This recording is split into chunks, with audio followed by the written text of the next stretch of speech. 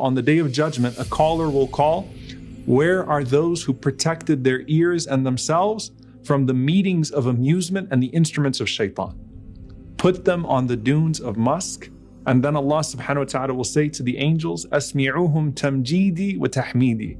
Cause them to hear my glorification and my praise. So the angels will start to glorify and praise Allah subhanahu wa ta'ala in a way that they've never heard before. There's no album like the album of the Malaika singing, and you can hear that in Jannah, and that can be your soundtrack while you're walking in Jannah and strolling and enjoying the quiet.